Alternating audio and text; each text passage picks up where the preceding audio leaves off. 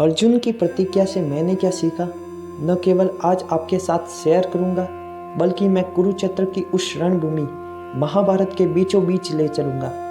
नमस्कार, मैं जसवंत लखारा। महाभारत युद्ध अभी चल ही रहा था।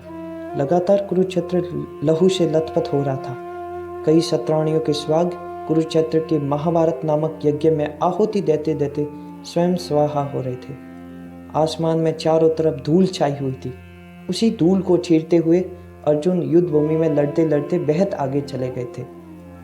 इस क्षण का फायदा उठाते हुए दुर्योधन ने गुरु द्रोणाचार्य की मदद से पांडवों को परास्त करने के लिए एक चक्रव्यूह का निर्माण किया।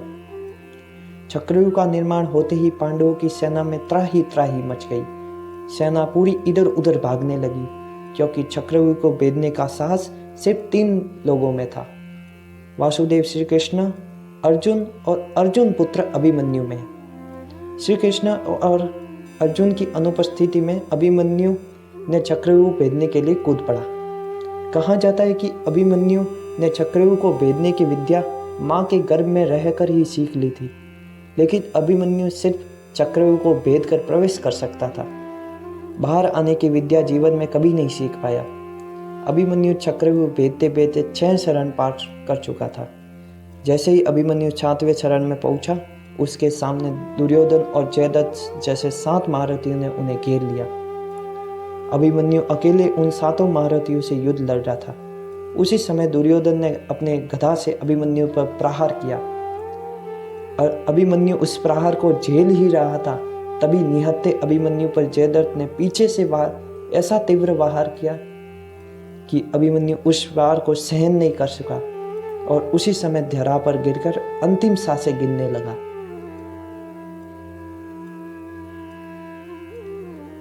पहली सीख, अर्जुन ने तो चक्रव्यूह को भेदने की विद्या गुरु से प्राप्त की थी, लेकिन अभिमन्यु ने तो माँ की गर्भ में ही चक्रव्यूह को भेद प्रवेश करने की विद्या सीख चुका था।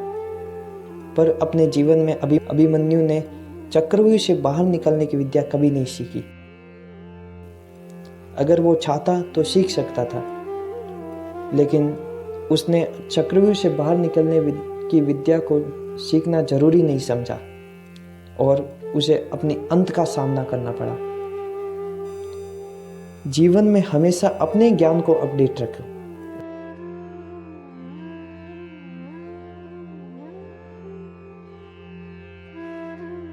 सूर्यास्त हुआ, युद्ध विराम हुआ। चारों तरफ टूटे रथ के पहिए धू धू कर जल रहे थे। वीरों के शवों को एक उचित स्थान पर ले जाया जा रहा था। पांडवों में शोक भरी उदासी छाई हुई थी।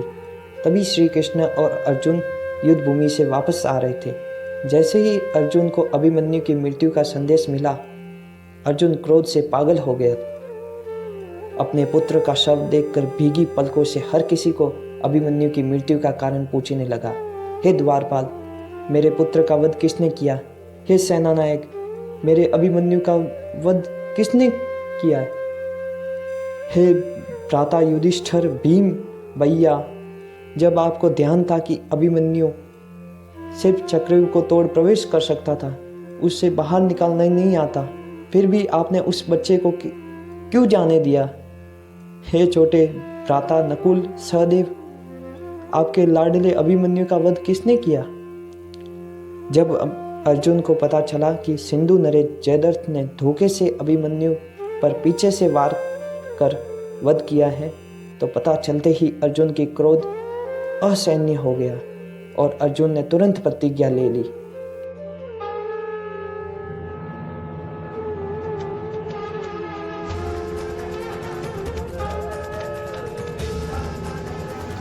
मैं कुंती पुत्र अर्जुन प्रतिज्ञा लेता हूँ कि कल सूर्यास्त से पहले सिंधु नरेश जयद्रथ अगर हमारी चरण में नहीं आए या फिर रणभूमि छोड़कर नहीं भागे, तो मैं वासुदेव श्री कृष्ण सखा द्रोण शिष्य कुंती पुत्र अर्जुन उसका वध कर दूंगा, अन्यथा अग्निदाह कर दूंगा।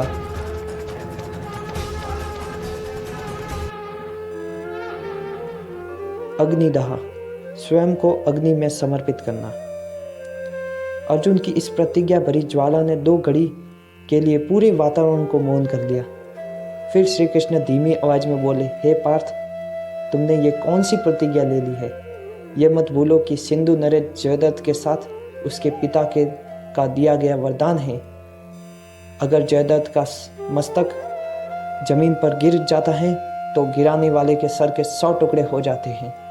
श्री कृष्ण की यह बात सुनकर पांडवों में एक बार फिर घनी उदासी छा गई,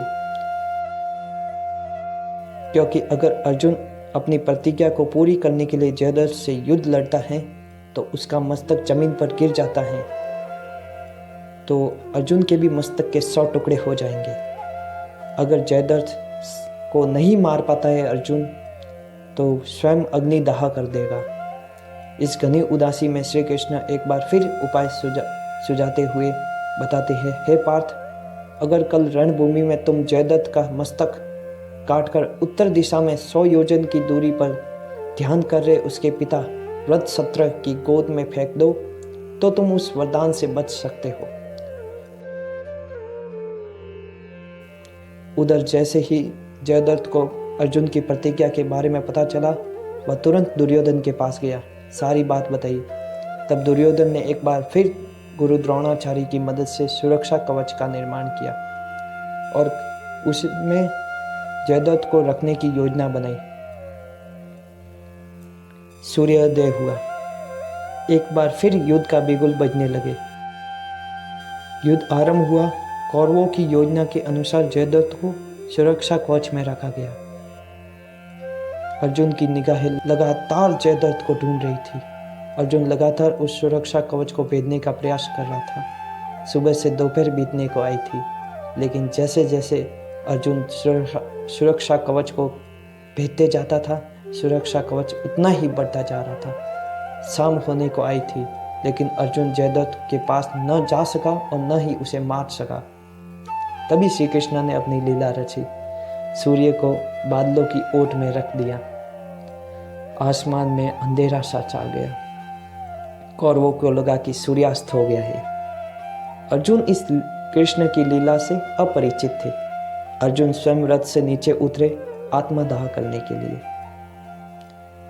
यह बात कौरव सेना में फैल गई कि अर्जुन आत्मदाह कर रहे हैं। सभी कौरव सुरक्षा कवच से बाहर आने लगे। जयद्रथ भी अर्जुन को आत्मदाह करते देखने के लिए बाहर आ गया और जोर जोर से हंसने लगा। श्री कृष्ण ने जैसे ही जयद्रथ को देखा, अपनी माया समेटते हुए सूर्य को बादलों की ओट से बाहर निकाला। जैसे ही सूर्य बादलों की ओट से बाहर निकला, पुनः एक बार पूरे कुरुक्षेत्र में उजियाला होने लगा। सभी कौरवों की निगाह आश्चर्य से आसमान की ओर थी। तभी श्री कृष्ण बोले, हे पार्थ, तुम्हारी प्रतिज्ञा नहीं टूटी है। अभी सूर्यास्त में समय है और देख, वह रहा तुम्हारा शत्रु। हे पार्थ, उठा गांडीव और वार कर। हाँ हाँ, इसका संहार कर। जयद्रथ जब तक कुछ समझकर भाग पाते, उससे पहले अर्जुन अपना गांडीव उठाकर प्रहार कर चुका था। जयद्रथ का सर धड़ से अलग होकर 100 योजन दूर अपने पिता की कोख में जाकर गिरा। पिता ध्यान में मग्न थे। अचानक अपनी आंखें खोली तो अपने पुत्र का शव देखकर अचानक से खड़े हो उठे। जयद्रथ का टूटा सर जमीन पर गिरा और जमीन पर गिरते ही उसके पिता के भी सर के 100 टुकड़े हो गए। इस तरह से अर्जुन की प्रतिज्ञा पूरी हुई। दूसरी सीख, हमें अपने जीवन में अर्जुन की तरह हर काम को सोच समझ कर करना चाहिए। पूरे ध्यान से किसी कार्य को करना चाहिए। किसी की भी बात को बड़े ध्यान से सुनना चाहिए, क्योंकि अगर अर्जुन श्री कृष्ण के द्वारा जयद्रथ का वरदान व उससे बचने का उपाय अगर ध्यान से नहीं सुनते तो जयद्रथ के साथ साथ अर्जुन की भी मृत्यु हो जाती, और अर्जुन की मृत्यु यानी कि पांडवों की परास्त निश्चित थी। दूसरी सीख, हमेशा कोई भी छोटा बड़ा काम बड़ी ध्यान से करना चाहिए। आपने मुझे बड़ी धैर्यता के साथ सुना, इसलिए आपका आभार।